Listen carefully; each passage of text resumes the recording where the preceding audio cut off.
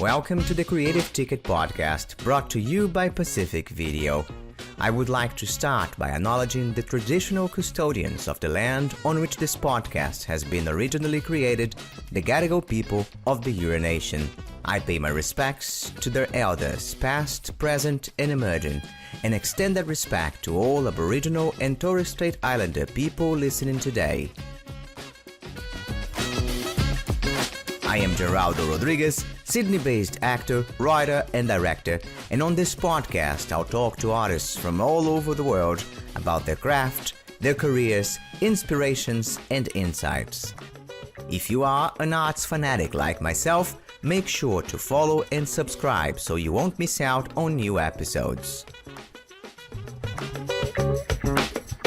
Poppy G is a brilliant writer, editor, journalist.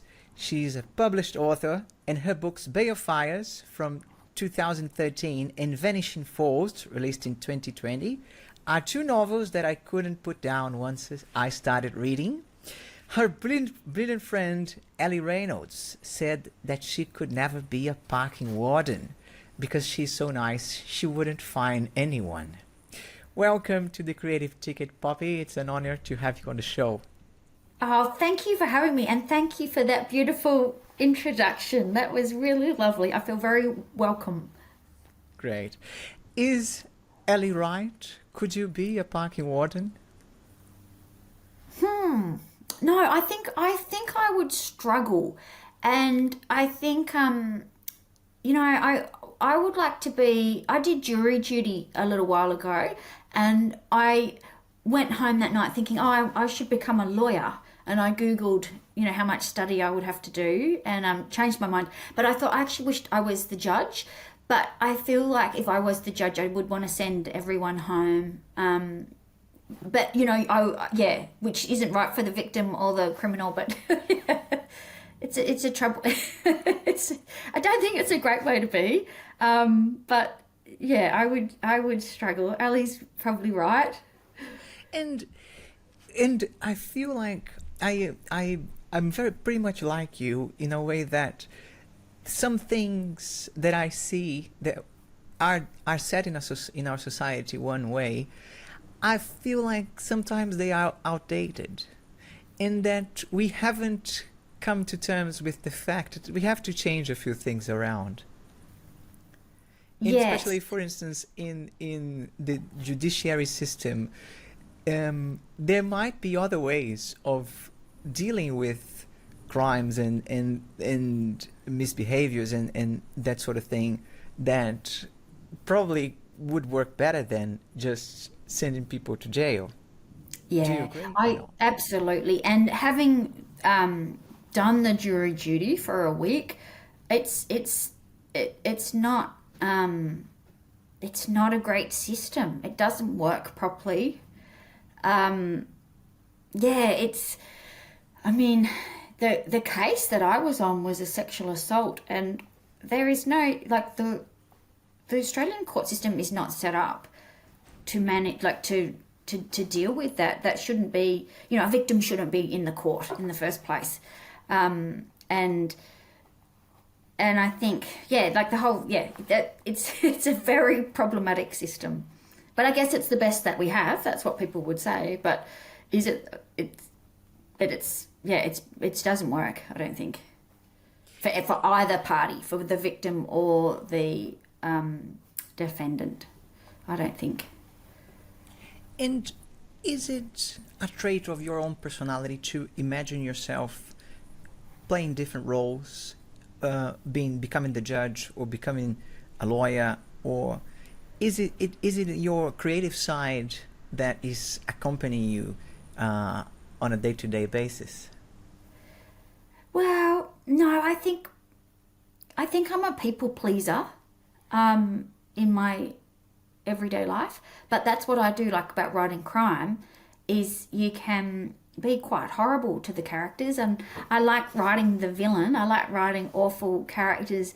It's very it's fun to imagine like being rude to people and have the characters offend people, because you'd never do that in real life. So I think a lot of crime writers feel that way, that you can have these despicable characters, and you do sort of draw on people that or situations that you've been in, and it's quite fun writing those scenes. And how do you create those characters? Is it a way to escape? Yeah, I think it's to make sense. I usually start with something that annoys me. So it might be an injustice, or I've come to realize that most of my writing is about hypocrisy, and that one rule for us, one rule for others, and it's that certainly, if I had to say what is the number one thing in both my published novels and my vast unpublished work, is it's hypocrisy. But I think I've only come to realize that in the last 2 years, as I've seen the hypocrisy of our politicians and our writing community when it comes to Palestine. And so I think when I'm thinking about what I'm working on at the moment and what I might work on next, and I just sort of realised that is the key thing. It's not necessarily crime and bad people, it's hypocrisy. And for you, taking the perspective of different characters, because Yes. I think both your books, we kind of are able to dive into different characters, not specifically having just one point of view throughout the whole story. We can learn about different points of view throughout the story. Is that something that you do intentionally to draw that attention to the fact that there are different perspectives, or, as you said, hypocrisy?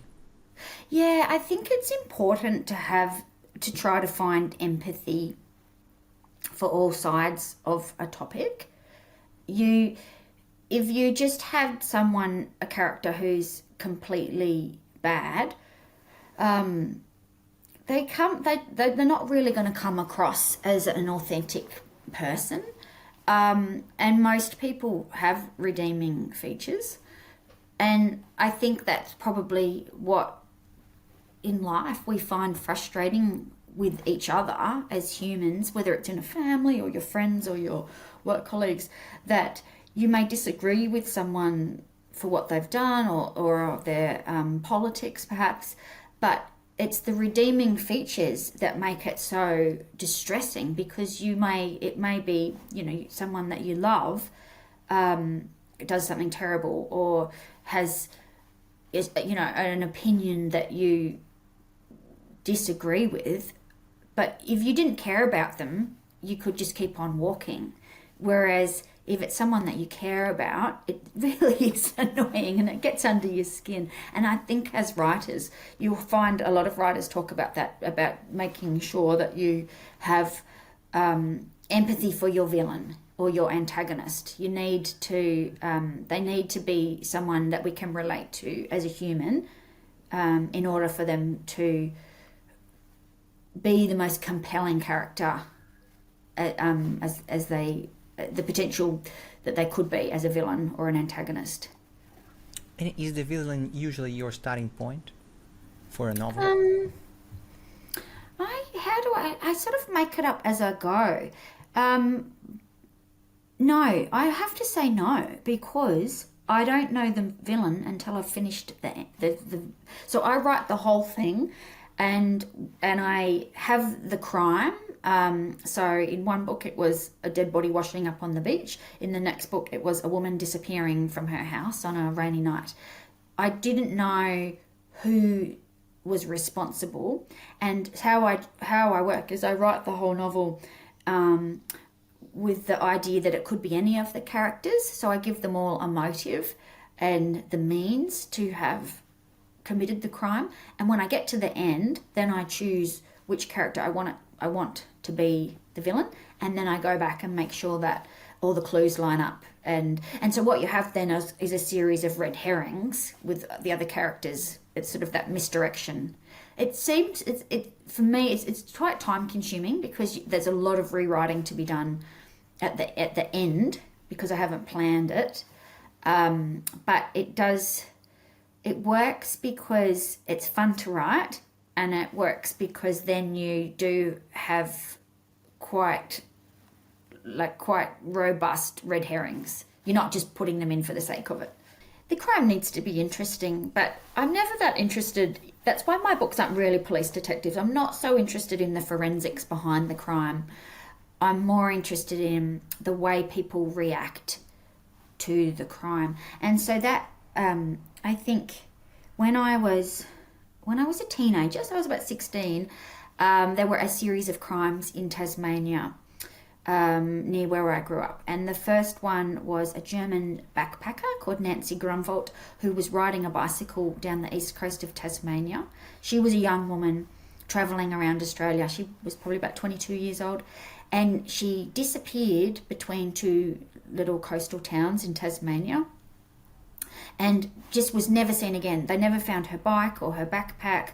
And as a result, there was a huge police search, and the police were knocking on the doors of everyone's home, or it's in a holiday area, so there's a lot of little beach shacks.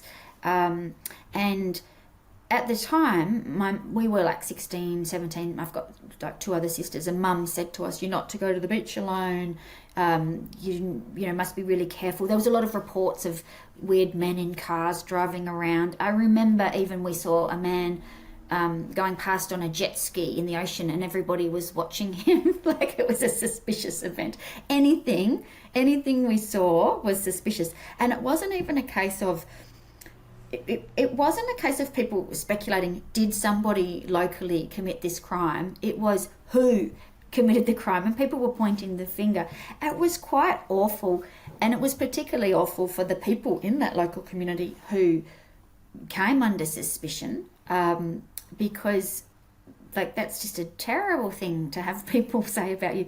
The crime remains unsolved to this day. But that, I suppose for me, when I wrote Bay of Fires, which was my first novel that was published, I was looking at that macabre voyeurism of how, and we all do it when we see some sort of interesting case on the news. Every city has a famous crime story that everybody gets obsessed by, and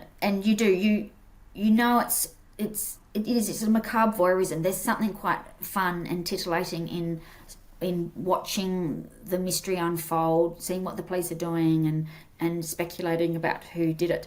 So that was sort of what I was more interested in, was how the people reacted to a crime in a peaceful community than to the actual crime. Because you can always ask, as a writer, the question that we ask ourselves is, what story are we telling? And so you could write one of my stories any other way, depending on the perspective that you choose to, as you say, put the lens on. And it would be quite a different story. I don't think there's a right or a wrong or a better or worse way. Any perspective would be interesting, and depending on the writer that chose to look at it in that way. And that's a long answer. Yeah, I love that answer. Love it. And going back a little bit on your writing process, yes. When you lay down all the foundations, let's say, about the relationships in a specific story, and then you choose the murderer and you go back and you rewrite it, does that mean any of those people could be the criminal? And do you think that in life, that is it that narrow? Is it that small, the difference between someone who commits a crime and someone who doesn't? Oh, that's so interesting, isn't it? Because we all hope we wouldn't commit a crime, but I suppose that's, there always are, you weren't, like, you hope you wouldn't, and you would fear that you did, and you would always fear that you might inadvertently commit a crime. I've now forgot your question. Do you think we could, if it's that Yeah. narrow, the difference, and if as you choose the character that Yeah. does commit the crime, Yeah. so all of them have conflicts, all of them Yeah. have something going on, but then you choose one, because as in life we all have conflicts. Not everyone commits a crime. Yeah. Is my question is more like, is that barrier, that frontier that impedes us, like protects us from committing a crime, is that a very thin barrier, or is it something that, well, most likely most people wouldn't? It's weird, isn't it? I don't know. I actually don't know the answer. I fear like there must be different types of, you obviously have a serial killer. That's a person deliberately going to commit a crime, and then you have crimes of domestic violence that I don't even think we understand how those crimes happen. That one day somebody is not a murderer, the next day they are. That I think that is almost impossible for us to comprehend how that happens. And then obviously there's crimes of you call it a crime of passion. Like, would you kill for your child, or would you kill to protect your child? I feel like that's something that perhaps parents might understand, but at the same time, at what cost and who's paying that price? I would like to think that everyone is good and wouldn't commit a crime, and I think that is true. I think we have to believe the best in people, but perhaps what is even scarier are people that know a crime has been committed and don't say anything or do anything. And that, I think that cowardice of standing by or pretending you don't know, or that is quite horrible in itself. And that is something that I do explore in my books, that people might know something and pretend not to. I think that's certainly something that we have seen in the history of Australian crimes, whether we go back to, I grew up in Tasmania, and the violence there against First Nation people, that's a crime. You think, what were the people who lived there at the time,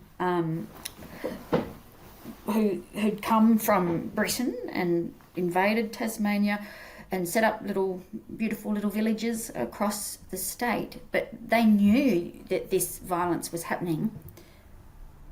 What were they thinking? They were justifying it or pretending it wasn't happening. Those are things I think about. You see it also more recently with gay hate crimes, and say in the 70s and the early 80s, there's evidence to suggest that police were covering up those crimes, perhaps committing some of those crimes themselves. Evidence mysteriously disappeared when there were court proceedings beginning regarding gay hate crimes. So that I find interesting, that what compels somebody to destroy evidence or lie or prevent justice when they 100% know that something wrong happened. That's the hypocrisy that you mentioned, Yeah. and that's what you explore in your books, and it's really interesting. You mentioned Tasmania and Vanishing Falls. There is I believe that's a real history, a part of a real history about a massacre of a First Nations group of people in a certain place. Yes. How is it for you to mix up fiction and real history in a book? Is there a way to convey an idea or to locate a conflict in a community or in a certain place? Yeah, I think it draws. My background is in journalism, so I used to work in newspapers and magazines, but I did do a newspaper cadetship. That's how I got into journalism, and I feel like my books are quite journalistic in some ways. That I do a lot of research into real situations that have occurred, and then you sort of try and weave that into the story. I find that you are trying to make sense of it. I think a novel is asking a question. I don't know that we answer it as a writer, but I feel like when you write your book and the reader reads it, it's no longer your book. The story becomes whatever the reader interprets it to be, and so there, if you're asking, if the book is a question, I think it's the reader that decides the answer. But you're sort of prompting it, stirring up some things, presenting a perspective, or because although I say, you must have empathy for your villain, certainly there is a persuasive argument that the novelist is presenting. We have an agenda. Brilliant. You were talking also about Tasmania, and that's where you grew up. Recently, I heard an interview of Sebastião Salgado, who is a photographer, and he said that the photographer in him was made when his father took him to the top of a hill and showed him the sky during the sunset, and he saw the beautiful light going through the clouds, and that's how his vision for photography started. Do you feel like, do you agree that the writer is born itself, they're born themselves as kids? Yeah, perhaps. Although you sometimes hear of writers that never wrote anything, and then maybe they retired and they've suddenly found time to write, and that's when they start writing. Perhaps it's different for everyone. I think for me, I've always written. It's little journals when I was a kid, writing about what I did that day, teenage angst in my teen years, complaining about my parents and that sort of thing. And then I think when I was about 21, I still had my diary and I would write in it every day. But I had the boyfriend I had at the time read my secret diary, which was horrifying. And so I decided I would stop writing that and just turn to fiction instead, which, now that to me feels much more productive. Sometimes I do still write little personal, like little mini essays, I suppose, about something, but they're not for publication. That's just sometimes just to get it off your chest, because I feel writing is what makes me, I feel good when I've written, I feel normal. If I haven't written for a little while, I feel, I don't know, there's something about it. It's like doing a puzzle, and you sort of put it all together and you look at that puzzle that you've done and you feel satisfied. So I think that it's almost like a therapeutic thing. It's different writing for publication and trying to compress it into a novel, but I like that challenge. I like to write a crime novel. It's quite tricky. It's that format is, it's not easy to have a crime and a plot and try to solve it, and it's got to be fairly it has to do what it says it would do on the tin, so there's a formula there for it to be a crime novel. So that is a challenge in itself. How about you? How did you come to be a writer? Just like you, I used to write as a kid, but actually, Yes. my mom she's a doctor in Brazil, and she has a practice. She used to have a practice that was right across the public library. Yes. So I would have to wait for her hours and hours on a few days when I was a kid. So I crossed the street, went into the library, and started reading. And then I started reading Brazilian children books, American, everything that I could put my hands on. And then I started writing my dreams. So I would dream and I would write them down, and I would mix things up. I would write a film, and then I would have dinosaurs in my little book, and then when I became older, I studied acting. So I started reading plays, started reading stories, and like you said, a crime novel has a structure. People are expecting something. Many times in theater, the same happens. There is a character that has to go through the hero's journey or whatever, so you have to sort of follow that sort of structure. Lots of plays don't have that, and it makes sense. It's still drama. It's still interesting on stage, but then I switched a little bit my view into my perspective on how to make things work for the stage, or how to make things work for a story with actors, with people saying things out loud and showing things with their acting. But I feel like my beginning was, I think, probably a deep sense of angst in my childhood that I had to get rid of, as you said, putting it down on paper.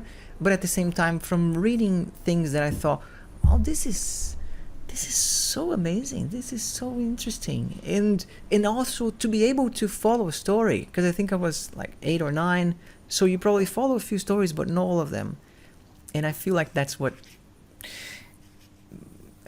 brought out the writer in me. It is. When you read a beautiful story, I think that is very inspiring.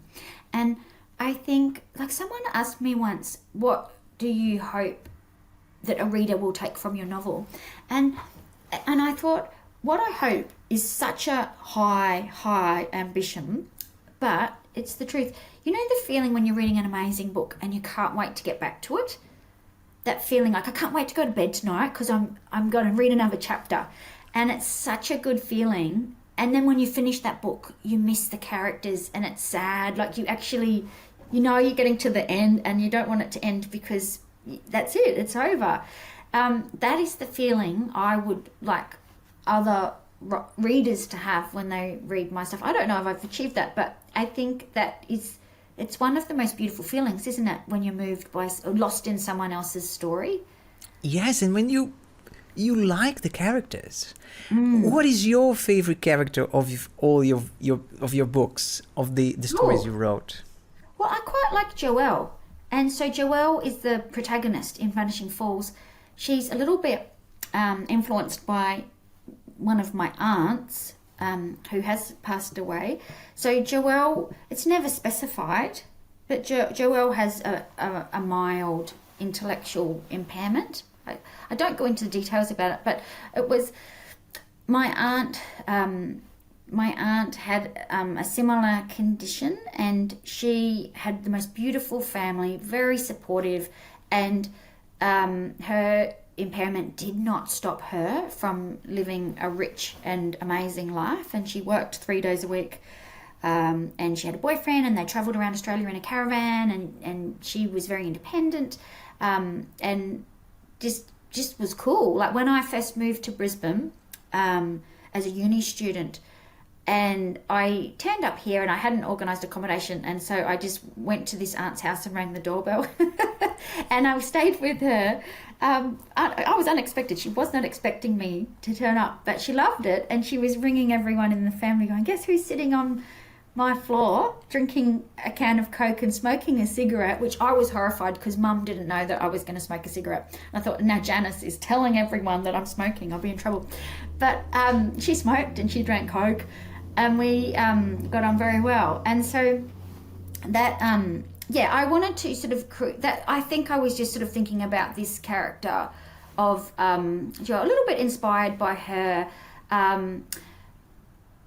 but also inspired by separately a case I'd heard about years ago of someone who'd been caught up in a crime inadvertently, and it wasn't her fault, but she sort of had to live with the ramifications of it. And so I was sort of blending that. So that's kind of where that character came from. But I really liked writing her because she's very joyful. She's very happy. She's got a beautiful marriage. She's very happily married. And so it was fun because I write crime. Sometimes you're writing a lot of dark stuff. And I wanted to write about a healthy, happy marriage and this young woman who sort of has a different perspective on life, but who is very joyful and says whatever she thinks. Like she sort of has no filter, which I quite like that. She just says what pops into her head, which is refreshing, and that was fun. I enjoyed. It was fun to write her. On our pre-interview for this show, you mentioned that one of your favorite authors is Patricia Highsmith. Yes. And she has written books that have turned out to become films later on. Yes. Carol, the talented Ripley. Yes. If Vanishing Falls was to become a film, who would you like to play Joelle?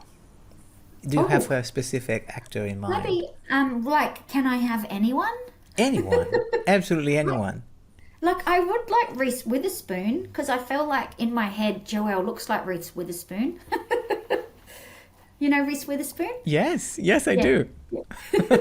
Brilliant. She's like that, the bouncy blonde ponytail and the big smile, and, she seems like, like a girl from a small country town, like very down to earth and humble. That's the impression. I don't know if Reese Witherspoon is like that in real life, but she seems nice. And how about Sarah from Bay of Fires? Yeah, that's a tricky one. At the time, someone asked me that when that book first came out, and I was thinking Tilda Swinton. Have you heard of Tilda Swinton? But that was, that came out in 2013, so I don't know. I'm sure there might be. I think we'll probably need an Australian actress. I'm not sure. I can't think because... I'm not sure. Can you think of anyone? Sarah Snook. Yes, that's a Sarah good Snook. idea. I think Sarah and Sarah Snook. Yeah, that could work. But I think, that's the first name that comes to mind, actually. Yeah. Yeah, she would be good. That struck me as something that's pretty much Australian. The authenticity, the earnestness, the being honest, being transparent. Yeah. Not hiding what you feel, not hiding what you think, not hiding who you are. Is that a trait that you feel is part of Australian culture, that authenticity? I think it's something that we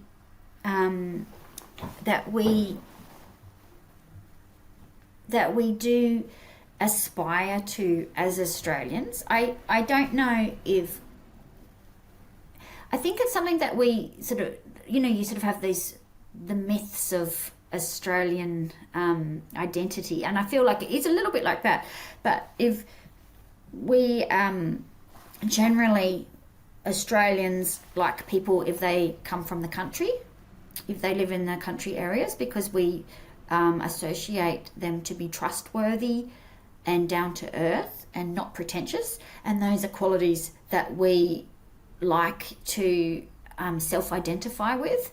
Whether that is true, it's possibly not across the board, but I think those are qualities that we value as Australians. And you often I don't know, I like women like Sarah. Not everybody liked her as a character. A lot of people found her too abrasive, but I quite like women that you know where you stand and what you see is what you get. That's the kind of people that I like. So that's probably what endeared her to me. I don't. People that I'm unsure about when they sort of have a filter, like a facade, and you're not quite sure where you stand with them. I don't see the point of that. So I do. Even if people are a little bit rough around the edges, I would prefer that to someone who is very polished and charming, but you don't feel like you can quite connect with someone if it's like they're too considered. I like to know where I stand with people. That's why I like Sarah. So she did rub people the wrong way. She probably was a bit rough. A lot of people didn't like her. I liked her. Yeah. She might be a bit scary. No, and I feel like the thing about for me, of course, but the thing about how you write is that you give each of the characters I feel like you allow each of the characters to show themselves rather to choose who that person will be. You allow the and of course I'm imagining you draw that from personal experiences, but that means for me that you allow people to be themselves around you. You allow people to show themselves, and you allow yourself to see people for who they are. And that, I'm imagining, of course, but that's how you translate those people into characters, or how you create your characters. And for me, that's a very difficult thing to do, because it makes you you have to open up so that people can show themselves to you, and so you can see people. So that's I think one of my favorite things about how you write, that freedom that you give the characters to show themselves. And that's why I wanted to, exactly as you said, I wanted to go back to read and continue from where I stopped each night until I finished your books. That's really lovely. It's hard, I think, as a writer, to know how much to show of a character and where to draw the line. And I do, once a book's finished and it's published, you can't change it. But I do wonder about our responsibility as a storyteller, of how you treat the character. For example, with, like I mentioned that with Sarah, could I have softened her edges a little bit or not? I'm kind of comfortable with where she is. If she rubbed people the wrong way, that is what it is. But with Joelle, I do wonder if I could change a little bit of how I wrote that character, because I think, like, in showing some of the challenges that she faced in that small town of trying to be accepted and trying to make friends, she had some very uncomfortable situations where she was bullied. I think you could use that word. And so for readers who read that, if I was saying before about once the book goes and it becomes the story, like it becomes a story for the reader. It's no longer my story. It exists in their head, their imagination. And so if a person, everybody had different responses to Joelle, but for some people they found that too confronting, what was happening to her. And so that could be caused by their own lived experiences of similar situations. And so you just, there were times when Joelle felt quite ashamed, and I just don't know if I was too harsh as a writer in creating those scenes. Should I have held back a bit? And I guess that as an actor, of how far do you push something or hold back? And it is what it is. I'm not saying I regret it, but it's something that I think about.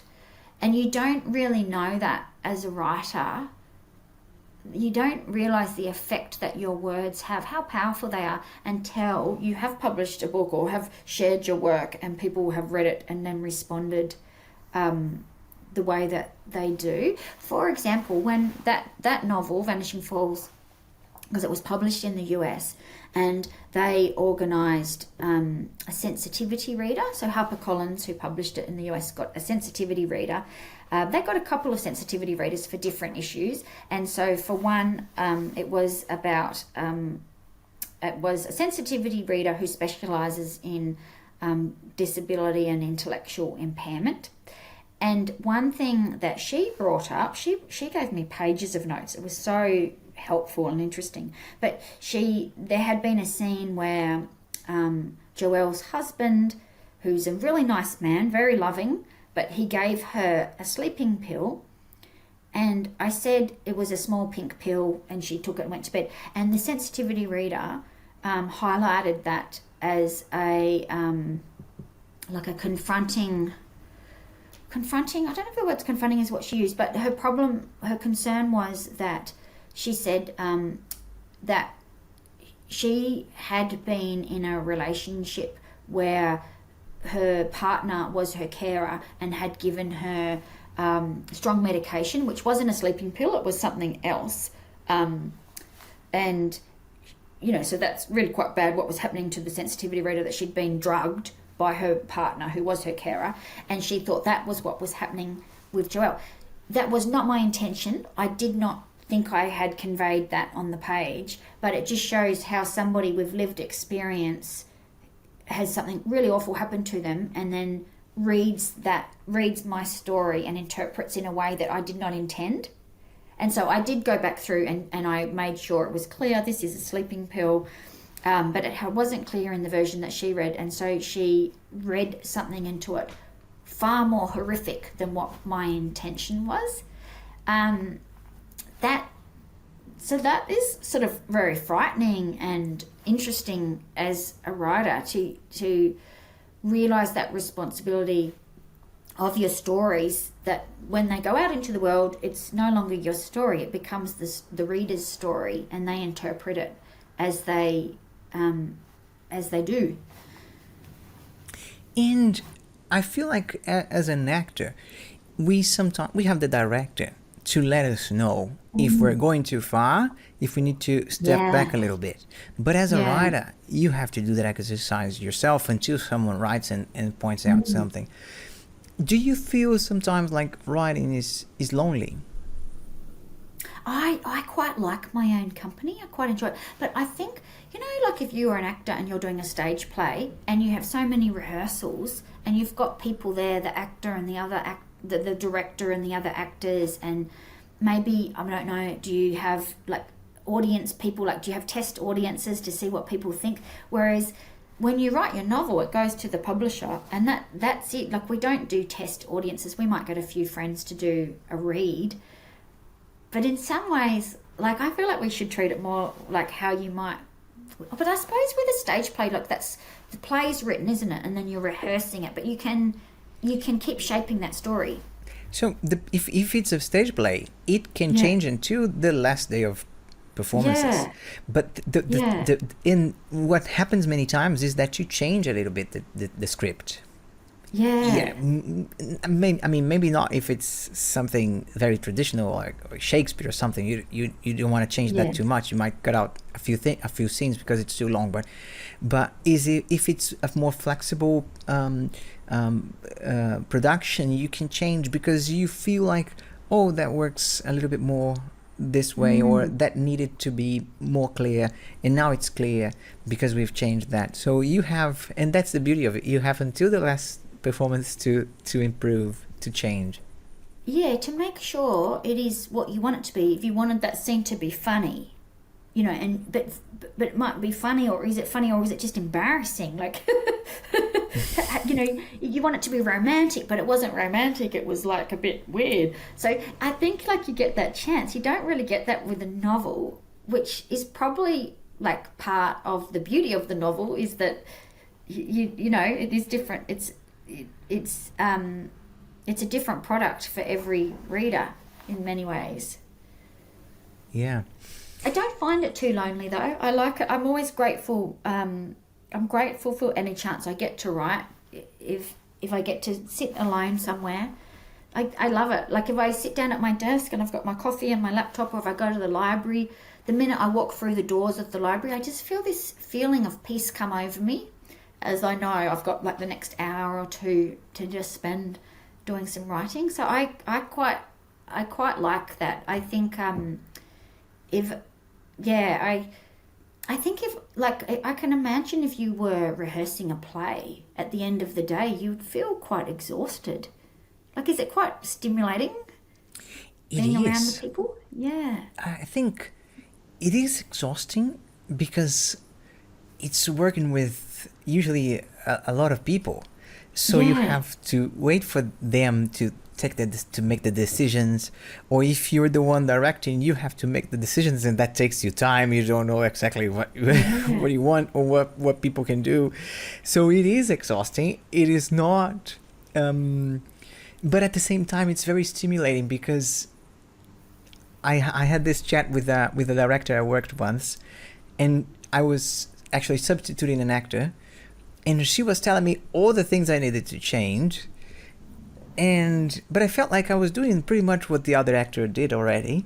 And at a point I said, you enjoy doing this, don't you? You enjoy being around, and then modesty aside, you enjoy being around creative, smart people and telling them what to do and seeing them achieve what your vision is. That's what you enjoy about directing. And she had a big laugh because I think a little bit of what I had said was true.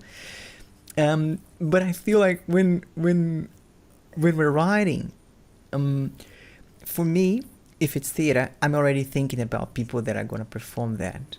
So I don't feel lonely because I'm already talking to those people that are not there. But for you, is it more of an introspection exercise?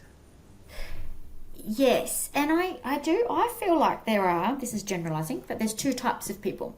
There's people that get their energy from being alone, and there are people who get their energy from being around others. I'm 100% get my energy from being alone.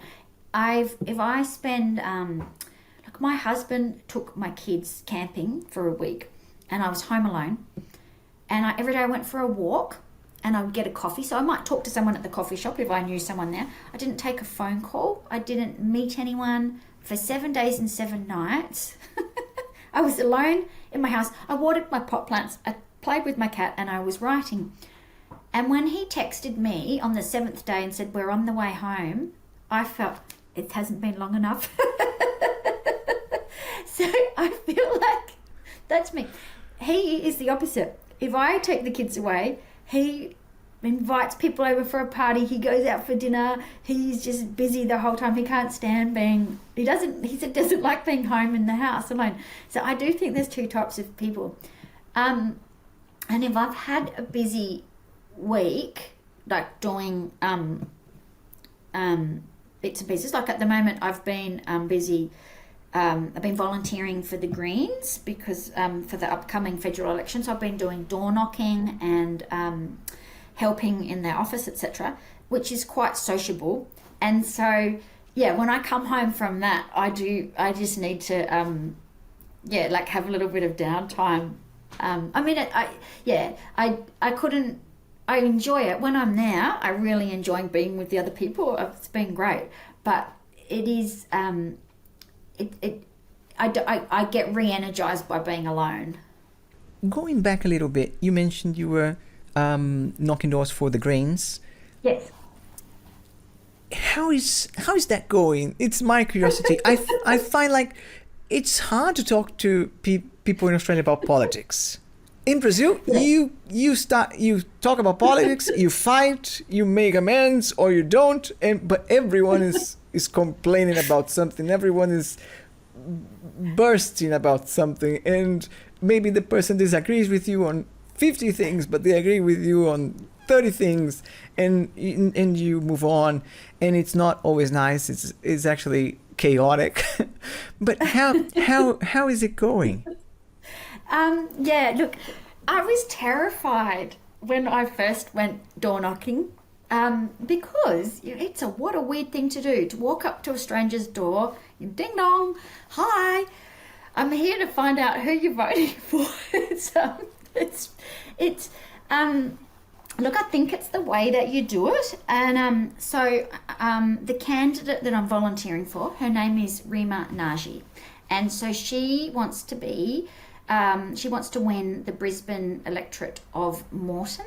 And if she wins, she will be the first Palestinian woman to be elected to federal parliament in Australia. So it will make history. So I came across her at the pro-Palestine peace rallies here in Brisbane. She's the daughter of Palestinian refugees, and she has so much integrity and passion and empathy, and she's really, really smart. And she is just an ordinary woman. She's not a politician, but she believes that the two major parties are not representing ordinary Australians properly. And so she said, I'll put my hand up and try and make a difference. So everyone who's volunteering on her campaign feels that she is just an amazing woman. We all admire her so deeply, and so that's very motivating. And when you knock on someone's door, you introduce yourself and you say that we're doing community consultation for Rima because she wants to know what's important to everyone. And people usually, if they say, sorry, I'm not political, you just say no worries, and they close the door. But the majority of people say, no one's ever knocked on my door and asked me what the issues are that are important to me. And a lot of people say, cost of living, we're struggling, bills and rent and groceries, and people have different things that they are passionate about. So I think, I believe in that strategy. I think if someone doesn't want to talk, we're not being annoying, we're leaving. So it really is only 2 minutes of their time. But the majority of people are really happy to have a chat. And I think when someone like Rima Naji, who is such an amazing person, if there were more people like her in Canberra, I think Australia would be a better place. I think we've got too many politicians who they're career politicians, and they don't want to represent the people who have elected them. They want to just keep their job and maintain the status quo, and it's not I won't keep going on because I don't want to be a political bore. We're here to talk about literature. But yeah, it's I've found the door knocking, I've just met some really interesting people, and it's just connecting with people, but they're quite often like the people that you knock on the door of. Like the last two that I did yesterday afternoon, they both of them said to me, they both were people that we don't really care about politics, we don't care at all. But after we've had a little mini chat, they both said that they would probably vote for Rima, and they said, because you are so passionate, and you're out here volunteering and walking the streets to talk about this woman, so she must be amazing. And so that it's just kind of nice. But what also strikes me is that sense that the courage and the honesty of your personality, of yourself, going and facing whatever people have to say, because they might not be polite every time. Thus, being honest makes for good writing. Yeah, I think you have to be honest.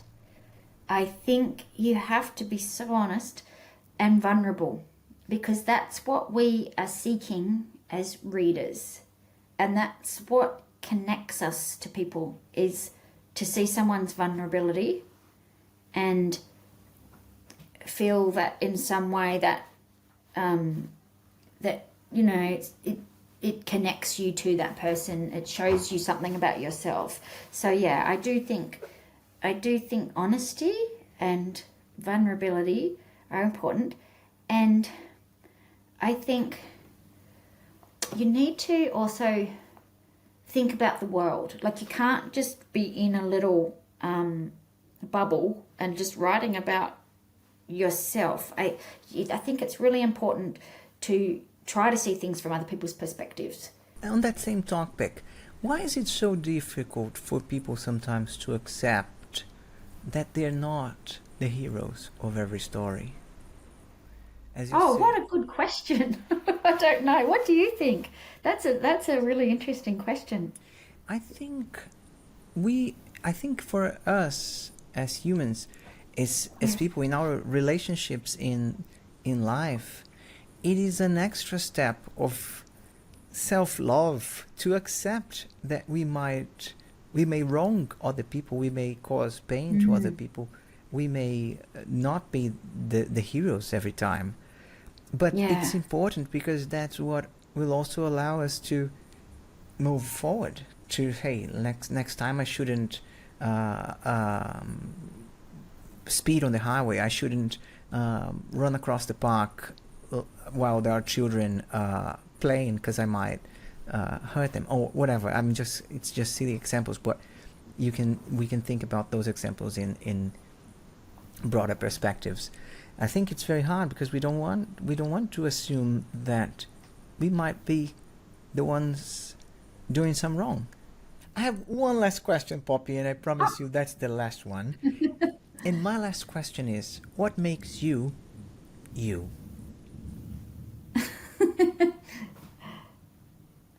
I don't know. What do I don't know. I should have thought about this. I